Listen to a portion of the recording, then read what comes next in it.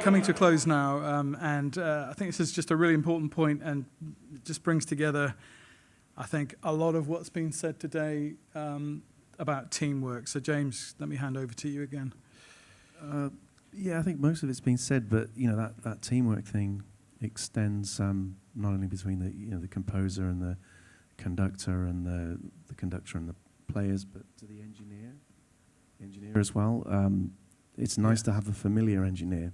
I think fewer things are going to go wrong if you can liaise with an engineer that you've worked with before in the lead up to the sessions when you're sort of checking through your prelays, click tracks, building Pro Tools sessions or whatever it may be. If you're just turning up on the morning of your recording, and as long as you've done all the preparation, it'll most likely be fine.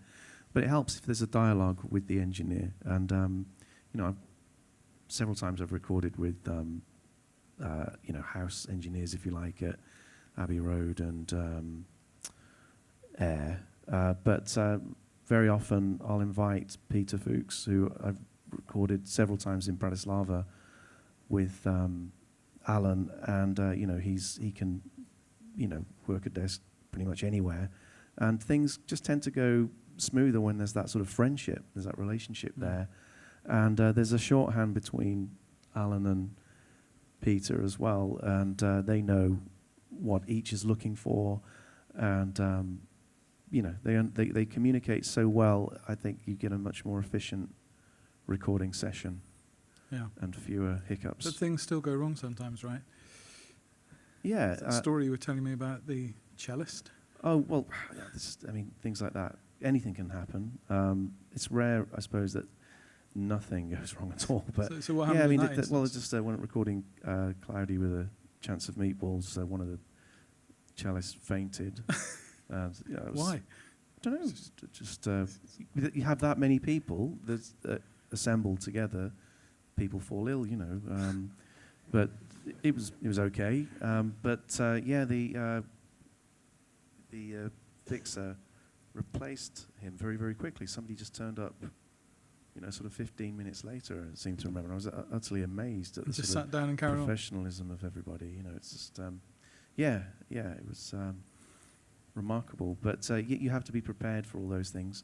But I don't think. I think it's just pretty obvious, really. Just make sure you do your preparation as early as possible, and not the night before. And it has to happen. I mean, sometimes it does happen, but most things can be planned for. That leads us very nicely to pretty much our last point, which is, there's just no such thing as being over-prepared in this process, right? That's something you put forward. Yeah. I guess it's kind of really a checklist actually on the day. As James said, just don't turn up just before the baton's about to go. It's like, the guys in the studio are going to be there setting up the mics hours before, the night before, liaise with them. They're going to be importing all your stuff into their Pro Tools sessions because that's what they do. They won't take yours because they've got their own templates. Click tracks. I've not done a session where click tracks have not caused a problem, and obviously because of the nature of interactive music, we need, generally we're working to click tracks, but things like time signature changes and stuff like that, or they're actually on that video with the big band stuff, all that's swung, and actually how that's notated and how that's kind of. Just with the click tracks and stuff, there was an interesting one for us, and that caused a few, potential problems. So, and also prelays, if you are having any prelays, double check them, triple check them. What else? Proofreading scores before they go off to the copyist. A session doesn't go by without some tweaks and things like that. That's the nature of this kind of music. It's a bit of an organic thing, but proofreading, having a sort of a crib sheet of all your kind of chords and things like that going. So if a conductor goes, "What is this? What is?" and someone questions things, you can go, okay, rather than looking through a big score and going, oh, that's that chord, you just go bang, and it's really kind of keeping the flow going. And just let musicians know what you're doing, what the plan is and stuff. Introduce yourself. You know, it's their relationships, and then you're away. Okay. One final thought. The check's in the post. James, that won't do, will it? No, it's just a In bit of brief. an obvious one.